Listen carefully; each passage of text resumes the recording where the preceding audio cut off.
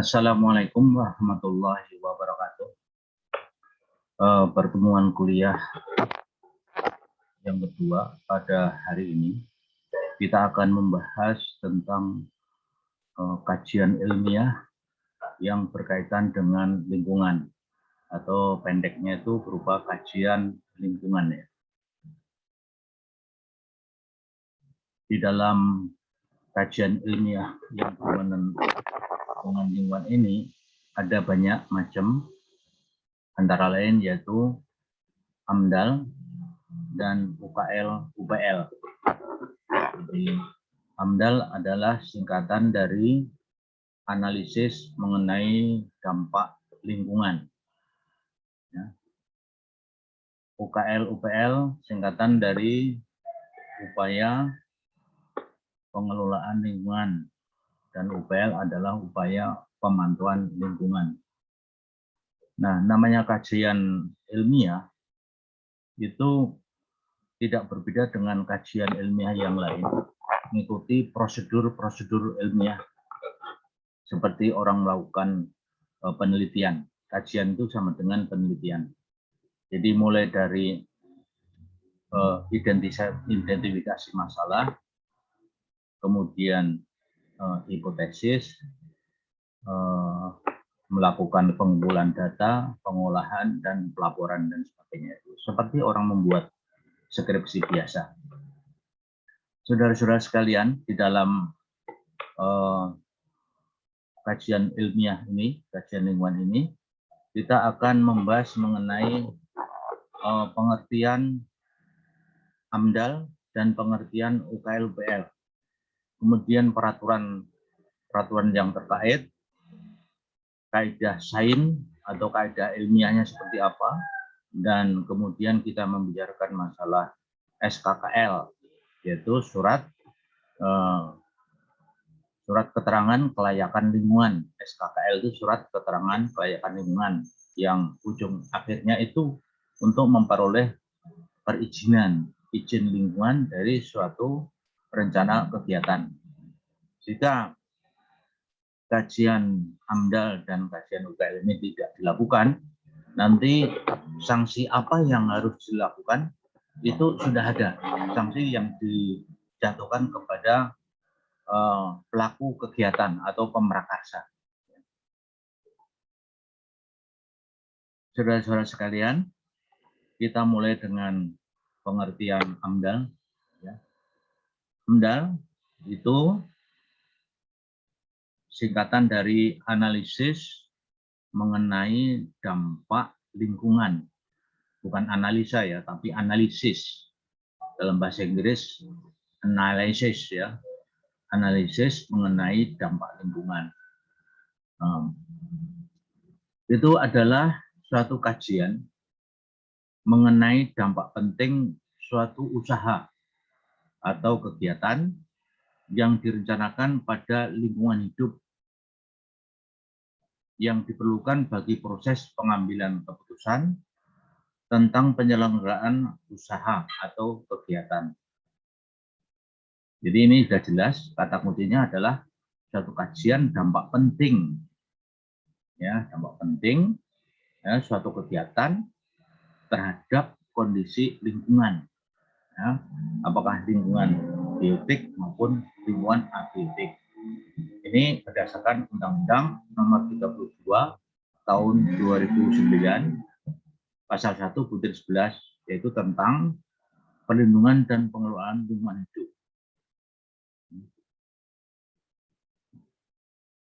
Kemudian yang berikutnya adalah pengertian UKL UPL. UKL UPL adalah suatu kajian ilmiah, ya, sama dua dengan AMDAL. AMDAL juga kajian ilmiah tentang pengelolaan dan pemantauan lingkungan terhadap usaha atau kegiatan yang tidak berdampak penting terhadap lingkungan hidup yang diperlukan bagi proses pengambilan keputusan tentang penyelenggaraan usaha atau kegiatan. Nah, sekarang mungkin muncul pertanyaan, apa itu dampak penting? Dampak penting adalah suatu efek atau suatu impact ya akibat suatu kegiatan yang bisa merubah secara mendasar terhadap perubahan lingkungan. Nah, terhadap perubahan lingkungan, jadi perubahan itu sangat signifikan.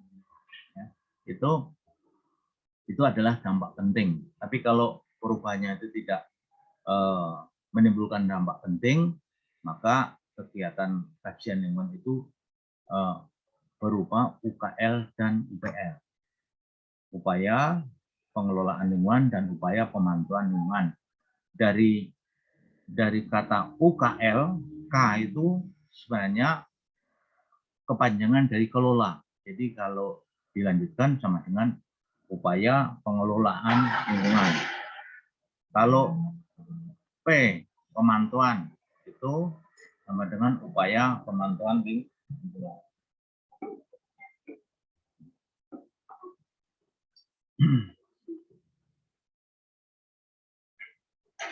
Nah, kemudian di dalam kajian ini,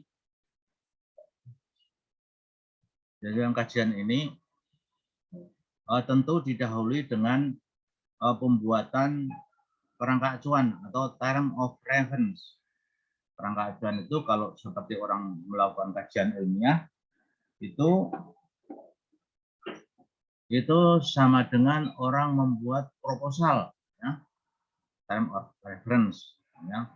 TOR itu menjadi kesepakatan atau term of reference itu menjadi semacam MOU antara si pelaku kajian ilmiah dengan pihak lain, dalam hal ini adalah pihak pemerkasa maupun pihak penilai dari kajian itu TOR. Jadi TOR itu memang harus dibuat lebih dulu sebelum kita melaksanakan kajian lingkungan. Nah, kemudian dari AMDAL sendiri, ini memang untuk mengkaji kita harus didahului dengan penyusunan TOR, ya, TOR atau kerangka acuan. Ya. Nah, setelah TOR disetujui, lalu kita menyusun suatu ANDAL, ANDAL, yaitu telaah tentang dampak penting. ANDAL itu analisa dampak lingkungan, itu dokumen yang berisi tentang telaahan tentang dampak penting suatu rencana kegiatan. Dari telaahan ini akan menghasilkan sesuatu dampak yang dianggap penting. Dampak penting itu bisa dampak positif maupun dampak negatif, ya. Lalu dampak itu harus dikelola, ya, dikelola dan dipantau. Maka itu ada dokumen namanya dokumen rencana pengelolaan lingkungan dan dokumen rencana pemantauan lingkungan. Nah, ini satu kesatuan bahwa dokumen AMDAL ini harus ada kerangka acuan, harus ada ANDAL, dan harus ada rencana kelola lingkungan dan rencana pemantauan. Nah, bagi pengusaha untuk dokumen ini harus dilakukan, yaitu dokumen RKL, RPL itu harus dilaksanakan oleh si pelaku usaha atau pemerakasa. Kalau tidak dilaksanakan, maka dampak yang terjadi akan memang bisa membesar, dan bisa akan berakibat pada lingkungan, baik itu lingkungan sosial maupun lingkungan fisik, ya.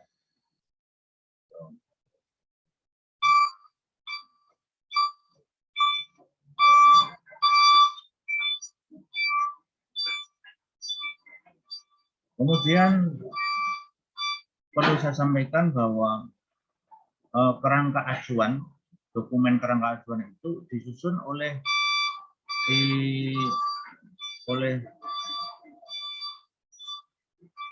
ahli-ahli yang menyusun rencana penelitian, rencana penyusunan kajian ini. Kemudian setelah disetujui baru melakukan kajian AMDAL. Nah, AMDAL sendiri juga nanti akan dinilai apakah penelitiannya itu dilakukan secara benar atau tidak. Apakah menghasilkan dampak itu betul-betul secara ilmiah atau tidak. Itu akan dinilai. Nah, kemudian setelah ini dinilai betul, dampaknya disepakati dan dicermati secara ilmiah itu memang betul, kemungkinan akan terjadi dampak penting, maka bagaimana cara mengelola dan cara memantau.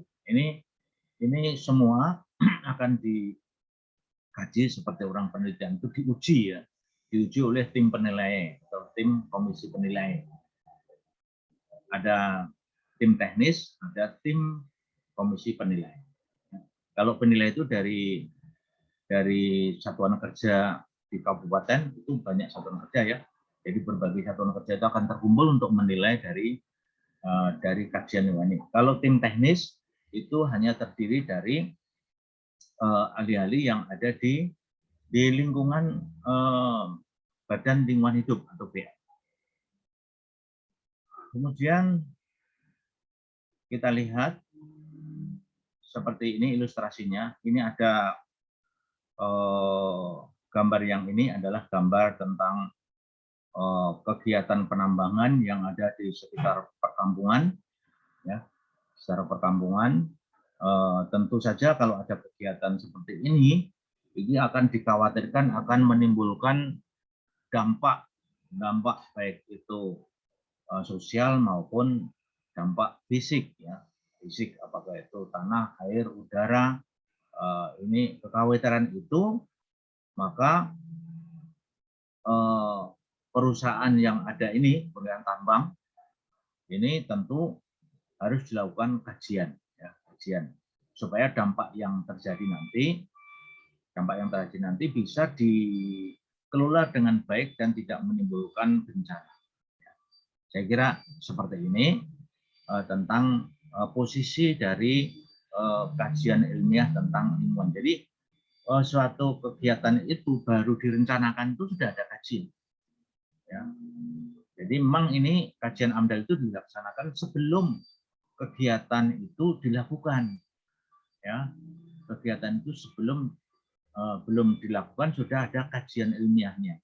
Mulai dari tahap awal baru rencana aja sudah ada kajian, kemudian rencana, pelaksanaan dan akhir. Itu dikaji semuanya dalam AMDAL. Ya, dalam AMDAL ini semuanya dikaji. Sehingga dampak negatif itu bisa ditekan sekecil mungkin, dampak positif bisa dikembangkan sebesar mungkin. Ya, baru ada rencana saja, rencana lokasi. Misalnya di satu wilayah itu ada rencana lokasi kegiatan perkebunan atau pertambangan. Itu baru mendengar saja, itu sudah masyarakat sekitar sudah muncul kekhawatiran. Kalau ini nanti dibuka mengenai tanah siapa, ya, mengenai tanah siapa, apa mengenai pemukiman atau mengenai tanah pertanian, ya, itu akan kekhawatiran muncul. Kalau itu tanah dibuka kemudian digali, maka akan bisa diduga akan menimbulkan apakah itu kebisingan, apakah itu pencemaran air, pencemaran udara, dan pencemaran tanah, bahkan kematian flora dan fauna yang ada di sekitarnya. Itu khawatir itu ada, ya. Tetapi di lain pihak dengan kehadiran usaha itu bisa memunculkan satu peluang kerja yang baru dan peluang berusaha yang baru. Nah, ini memang ada dampak positif dan ada dampak negatifnya. Nah, ini semuanya dikaji sebelum kegiatan itu dilakukan. Ya. Sehingga kalau misalnya tahu-tahu ujuk-ujuk ya, suatu lokasi itu langsung dibangun suatu kegiatan, maka akan baru awal itu sudah ada konflik dengan masyarakat. Ya.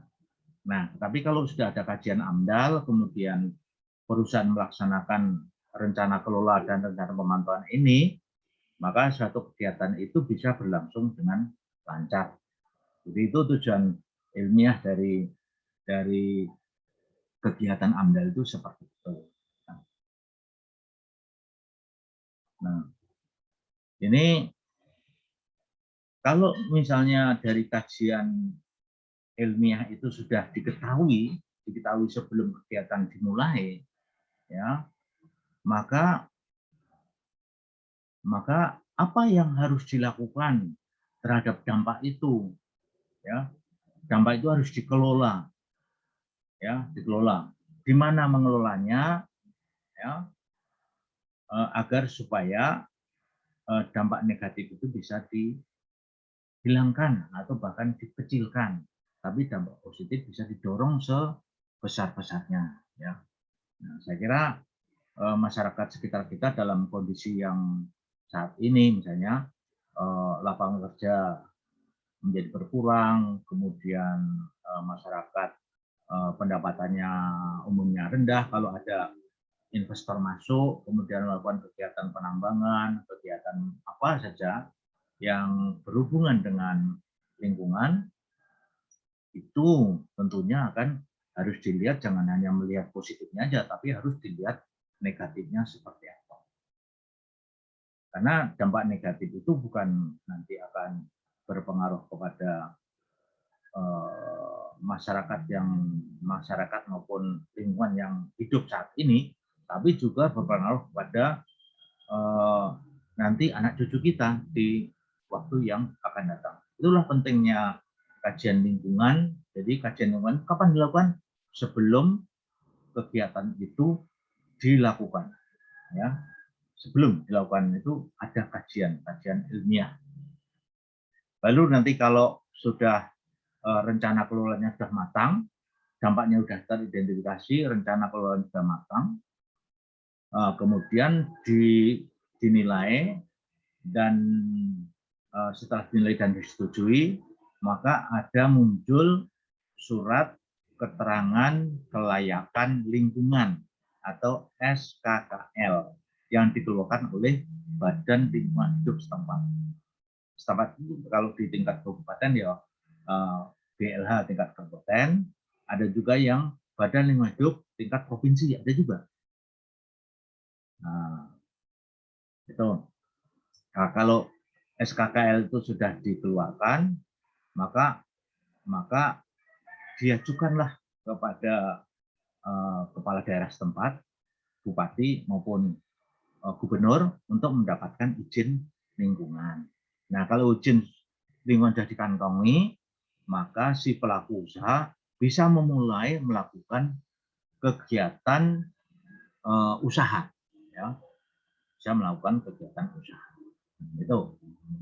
Itu rangkaian seperti itu. Nah, kemudian dari apa yang sudah saya sampaikan tadi,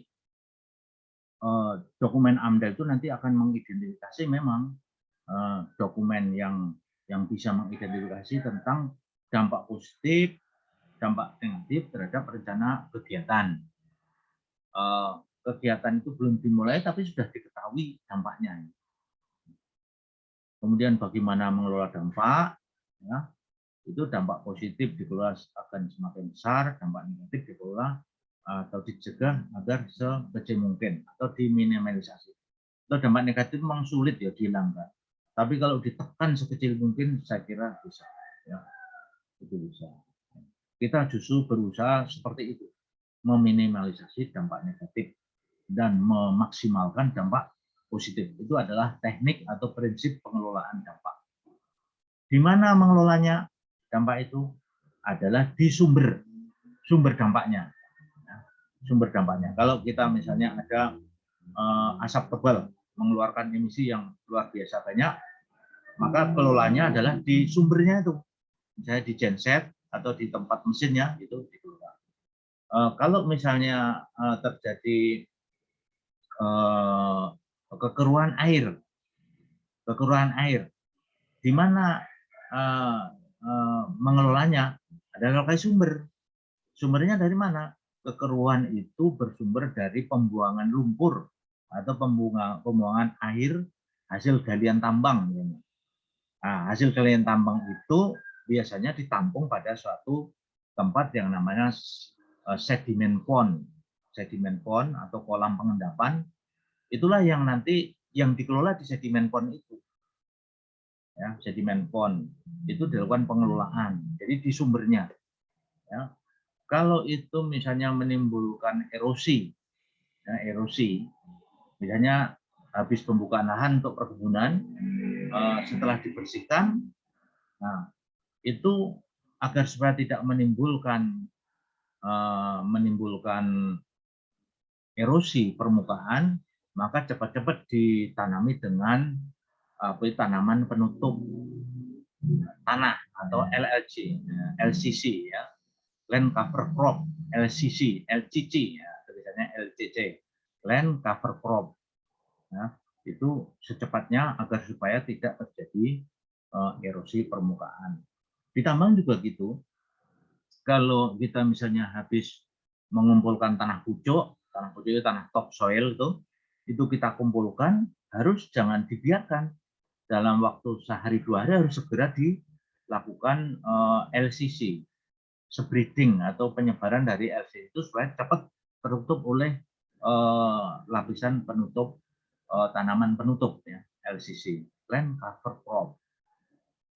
Nah, baru kemudian kalau LCC-nya ada, apakah itu nanti mau digali lagi untuk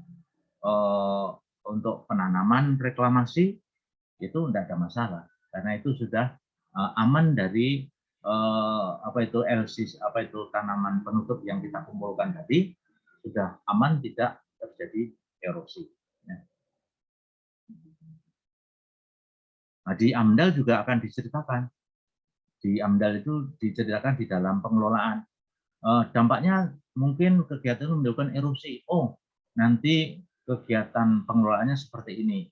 Segera setelah penumpukan topsoil, segera dilakukan penyebaran LCC, land cover crop, ya, seperti itu.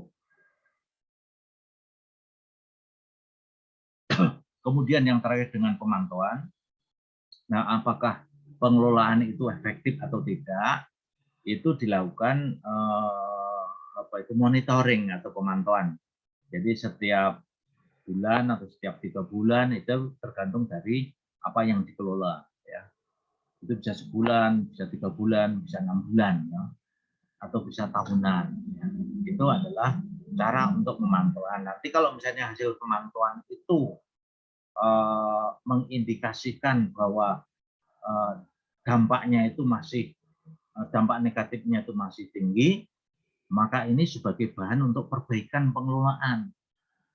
Ya, perbaikan pengelolaan. Jadi ini semacam pengelolaan dan pemantauan semacam kegiatan yang bisa dipakai untuk mengevaluasi dari kegiatan yang dilakukan. Gitu. Jadi inti dari kajian AMDAL itu sebenarnya bagi pelaku usaha adalah RKL-PR itu, RKL, RPL. Nah, kalau bagi ahli lingkungan itu dampak penting. Apakah kajian dampak penting atau betul atau tidak? Seperti kita sebagai alumni kehutanan misalnya, itu akan mempelajari apakah kajian dampak penting itu rasional atau tidak. Ya, nah, kalau rasional, kemudian kita lanjut bagaimana mengelolanya. Mengelolanya rasional atau tidak juga. Kalau itu rasional dan betul, baru dicek juga bagaimana pemantauannya. Nah, mudah-mudahan dari dokumen rencana kelola, kemudian pemantauannya itu bisa sinkron.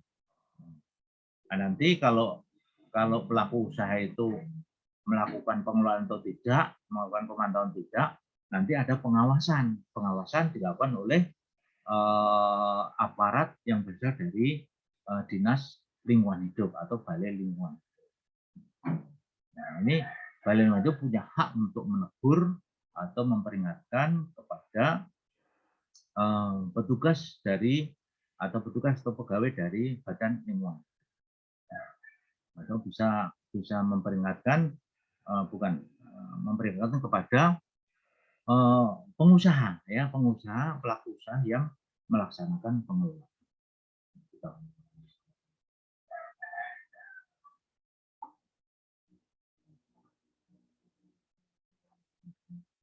Nah, tadi sudah disebut-sebut apa yang dimaksud dengan dampak penting, ya. Ada dampak penting, ada dampak tidak penting. Dampak penting itu ada 7 kriteria, ya. Kriteria. 1, jumlah manusia yang terkena dampak. Ya, suatu kegiatan itu dikatakan dampak penting, ya, jika berakibat kepada manusia, meskipun jumlahnya 1. Kalau sudah menimbulkan dampak ya kepada manusia, meskipun 1, itu sudah dianggap dampak penting. Apalagi banyak. Kemudian luas persebaran banyak. Ya. Jadi luas persebaran banyak. Jadi dampak, ya, luas persebaran dampak itu nanti kalau persebarannya itu makin masif, ya, makin luas, itu dianggap dianggap dampak penting. Kemudian sifat kumulatif dampak. Kumulatif dampak itu bisa bersifat makin progresif, ya. Kumulatif itu makin progresif. Jadi sekarang sedikit, lama-lama akan menjadi makin banyak. Sifat kumulatif. Kemudian bisa atau tidaknya berbaliknya dampak.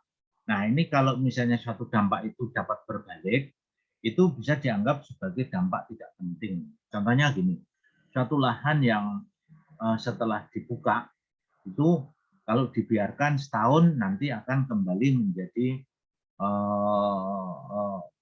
penutup, munculnya penutup baru, ya, dan menjadi hutan kembali. Nah, itu kalau logikanya seperti itu, ya, dapat berbalik dampaknya itu.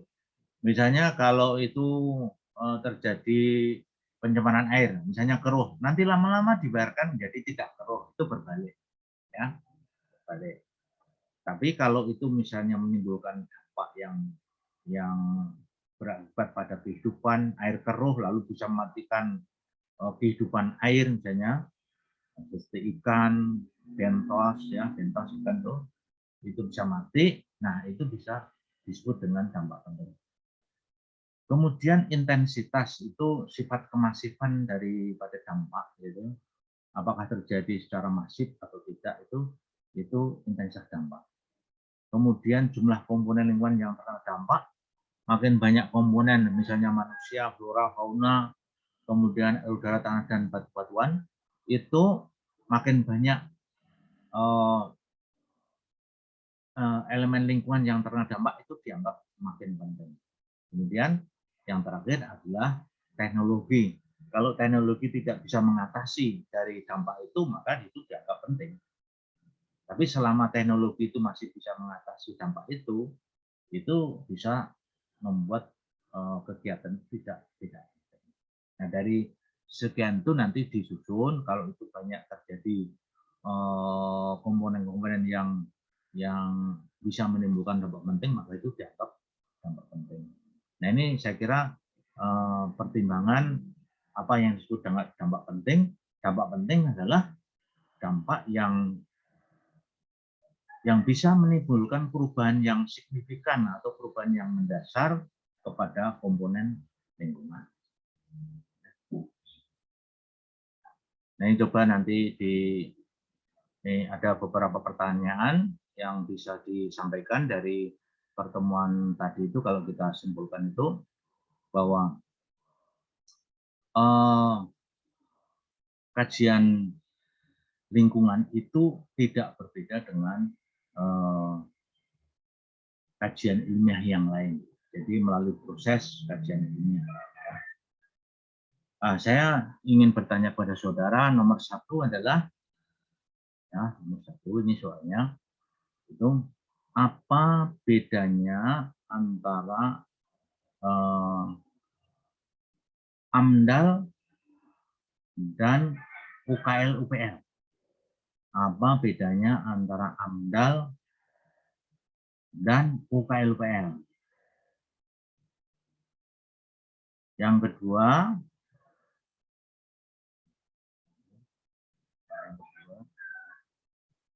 ini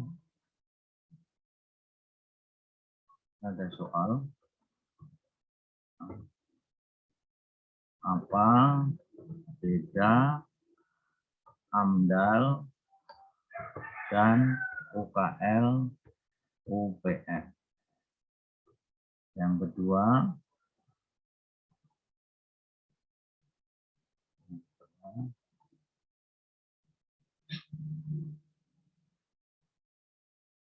apa yang dikelola dan di mana pengelolaan dilakukan.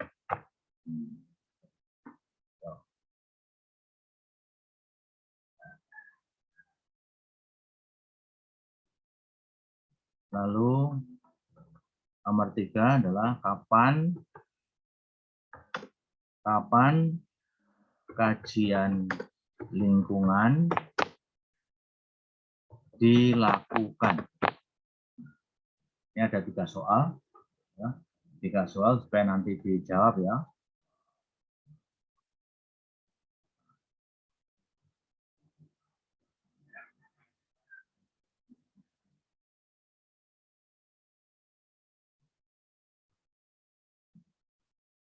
Nah, ini saya lanjutkan mengenai peraturan yang berkaitan dengan kewajiban.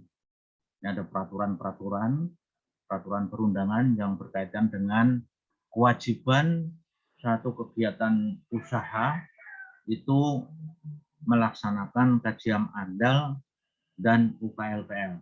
Satu adalah pasal 22 ayat 1, itu setiap usaha kegiatan yang dampak penting terhadap lingkungan hidup wajib memiliki AMDAL. Selanjutnya, pasal 23, setiap jenis usaha kegiatan yang wajib dilengkapi AMDAL diatur dengan permen, peraturan pemerintah. Kalau istilahnya wajib, itu berarti nanti ada sanksi. Ya. Kalau itu dikatakan wajib, itu berarti kalau tidak dilakukan nanti ada sanksinya. Ya. Setiap usaha kegiatan yang tidak termasuk dalam kriteria wajib AMDAL itu wajib memiliki UKL UPL. Jadi tidak wajib AMDAL, tapi wajib memiliki UKL UPL. Selanjutnya, gubernur atau wali kota itu menetapkan jenis usaha apa saja yang wajib dilengkapi dengan UKL UPL. Itu sudah ada ketentuannya ya.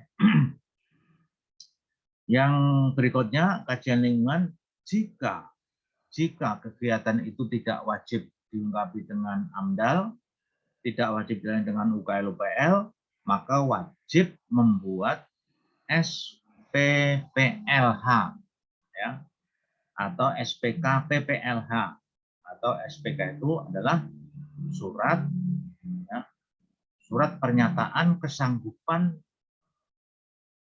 pengelolaan dan pemantauan lingkungan hidup, atau SPPLH lebih pendek lagi adalah surat pernyataan pengelolaan dan pemantauan lingkungan hidup. Ini urut-urutan dari peraturan pemerintah. Ini berdasarkan Undang-Undang 32 tahun 2009 tentang perlindungan dan pengelolaan lingkungan hidup tahun 2009.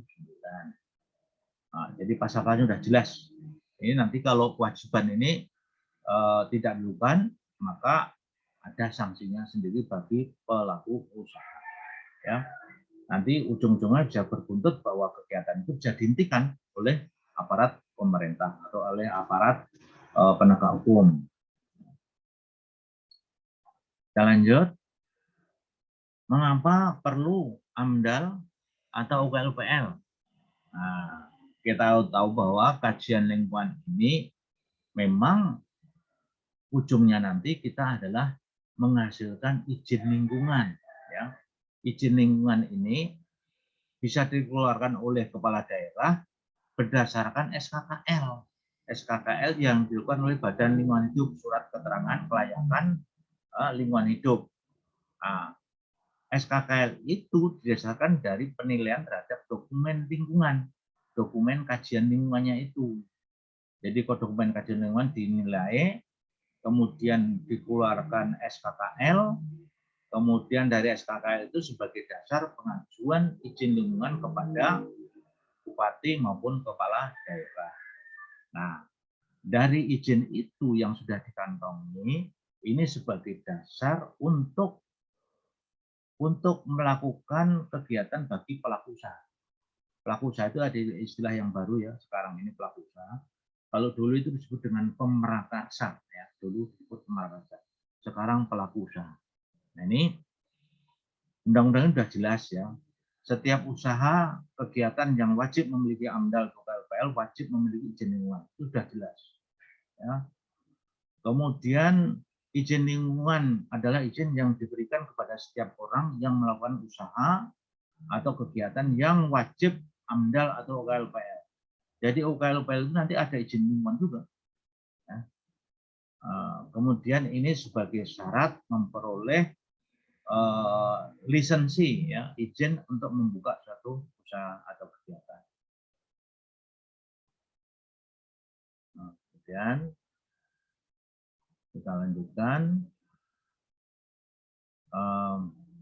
Ini mengapa harus mempunyai UKLPL? Nah, ini ada juga UKLPL. Ini pasal ya, pasal 32 Undang-Undang tahun 2009 ini pasal 32, pasal 34 itu menyebutkan bahwa kegiatan yang tidak termasuk kriteria wajib AMDAL wajib memiliki UKLPL. Gubernur atau wali kota menetapkan jenis usaha yang wajib UKLPL dan seterusnya. Ini sampai turun dari undang-undang, ya, kemudian peraturan pemerintah, peraturan gubernur, sampai ke permen, ya, permen. Yaitu permen itu nomor 2 penapisan untuk menentukan apakah wajib AMDAL atau tidak. Nah ini penapisan ini nanti ada pelajaran tersendiri ya, tentang penapisan ini, apakah ini wajib AMDAL atau tidak, atau ya ini nanti tak berikan materi tersendiri ini ya tentang penapisan apakah itu wajib AMDAL atau tidak. Kalau tidak, apakah perlu KLPL? Kalau tidak, apakah itu SPK PLH? SPK PLH.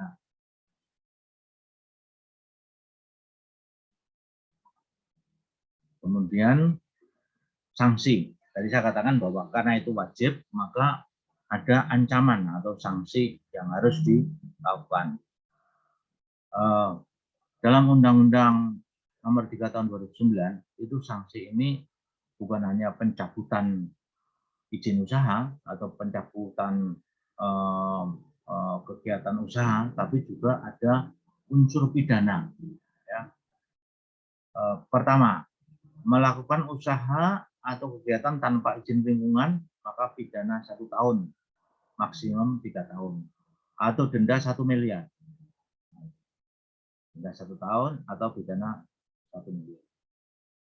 Kemudian menyusun AMDAL tanpa memiliki sertifikat kompetensi, itu akan dipidana 3 tahun atau denda 3 miliar. Ya. Ini siapa yang kalau yang pertama ini siapa yang dikena sanksi? Yang kena sanksi adalah pelaku usaha. Kalau yang nomor 2 ini, yang baris kedua, siapa yang kena sanksi? Ini adalah penyusun AMDAL. Ya. Jadi sarjana kehutanan punya kompetensi juga nanti penyusun AMDAL, tapi ada sertifikatnya, ada kompetensinya. Kemudian menerbitkan izin lingkungan tanpa dilengkapi dokumen AMDAL atau KLPL. Ini ada dendanya juga. Siapa yang didenda ini? Siapa yang dihukum ini? Ya. yang menerbitkan lingkungan adalah kepala daerah. Menerbitkan izin lingkungan tanpa dilengkapi AMDAL. Nah, ini istilahnya AMDAL bodong, ya, AMDAL bodong atau izin lingkungan bodong, yaitu izin lingkungan yang tidak ada kajian lingkungannya. Kemudian menerbitkan usaha tanpa izin lingkungan. Izin usaha tanpa izin lingkungan, maka ini juga denda. Terutama ini adalah aparat pemerintah, ya, yang dua ini aparat pemerintah yang memberikan izin. Nah, ini akan didenda. Ini memang mengerikan ini, ya, pidana ini bukan hanya pencabutan tapi pidana. Kalau pemberhentian kegiatan itu luar biasa, itu pelaku usaha akan rugi besar. Ya. Maka itu sebelum kegiatan dimulai memang kajian itu mutlak, ya, mutlak harus dilakukan. Ya. Dan di dalam kajian lingkungan itu memerlukan ahli lingkungan. Ahli lingkungan dari mana? Dari paling tidak sarjana-sarjana yang berkompeten, yang mempunyai kompetensi tentang lingkungan. Bagaimana mendapatkan kompetensi itu? Ada prosedurnya sendiri. Saudara nanti sudah lulus, bisa juga melakukan kursus AMDAL, kemudian uji kompetensi, kemudian mendapat uji kompetensi, sertifikat, lalu bisa melakukan kajian, ya, sebagai tim ahli penyusun AMDAL. Ya. Kalau saudara kebetulan berada di pemerintahan, bisa sebagai ahli penilai. Nah, itu penilai juga ada sertifikatnya juga, ya, harus ada kompetensinya. Tidak boleh Satpol PP menilai kajian AMDAL, dia nggak ada dasarnya loh. Kemudian sedikit lagi, ya. Ini tentang ketentuan-ketentuan AMDAL dalam Undang-Undang 3 tahun 2009 ini banyak sekali, supaya Anda nanti bisa membuka tentang Undang-Undang Nomor 3 tahun 2009, ya. Ini sudah lengkap semua, ya, nanti undang-undang itu nanti akan dirinci, ya. Ini dipelajari sendiri AMDAL itu. Seperti tadi yang saya sebutkan, bahwa ringkasan AMDAL itu seperti ini.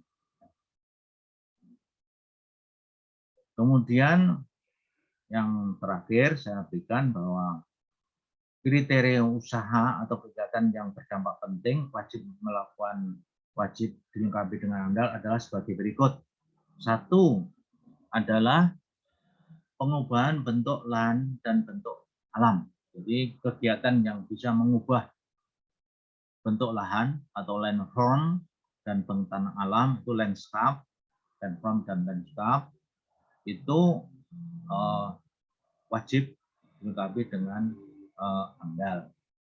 Kemudian yang berdampak penting lagi kegiatan adalah eksploitasi sumber daya alam, baik yang terbarukan maupun yang tidak terbarukan. Nah, yang terbarukan dan yang tidak terbarukan.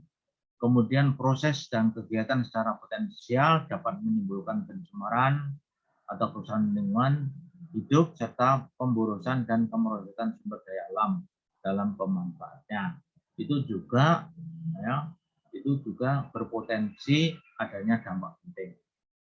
Proses kegiatan yang hasilnya dapat mempengaruhi lingkungan alam, lingkungan buatan, serta lingkungan sosial budaya. Yang berikutnya adalah proses kegiatan yang hasilnya akan mempengaruhi pelestarian kawasan konservasi sumber daya alam, nah, atau perlindungan cagar budaya. Itu juga berpotensi menimbulkan dampak penting. Kemudian introduksi jenis-jenis tumbuhan, hewan, dan jasa teknik itu juga berpotensi menimbulkan dampak penting. Kemudian pembuatan penggunaan bahan hayati dan non hayati itu juga berpotensi. Kemudian kegiatan yang mempunyai risiko tinggi mempengaruhi pertahanan negara. Dan yang terakhir adalah penerapan teknologi yang diperkirakan mempunyai potensi besar untuk mempengaruhi lingkungan hidup. Nah, yang terakhir nanti saya tambahkan, coba sebutkan, ya, soal itu yang terakhir itu, coba soal, ya, soal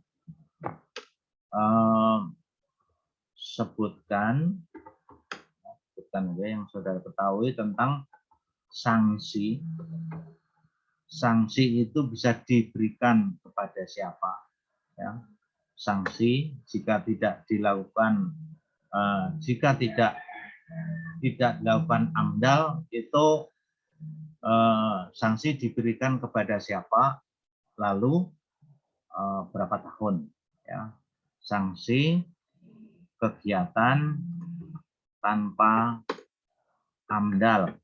Nah, kemudian sanksi, ya, sanksi penyusun AMDAL, sanksi penyusun tanpa sertifikat kompetensi,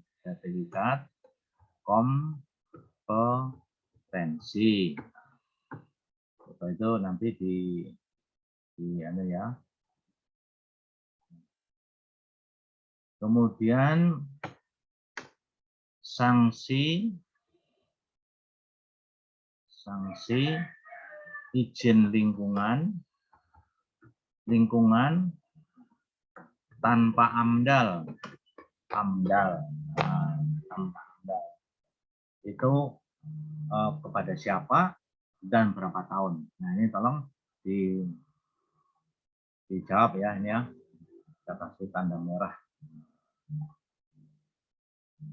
Saya kira ini kuliah saya pertemuan yang kedua tentang dasar-dasar pengelolaan lingkungan hidup, di mana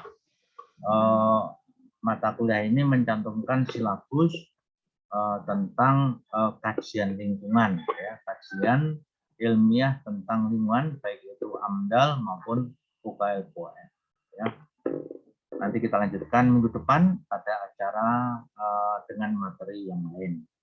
Demikian kuliah saya, ada kekurangan mohon maaf, dan nanti absen tetap seperti biasa. Kemudian kerjakan dengan baik dan kirimkan hasil itu kepada Komti dan nanti diteruskan kepada saya. Dan saya akhiri dengan Assalamualaikum warahmatullahi wabarakatuh.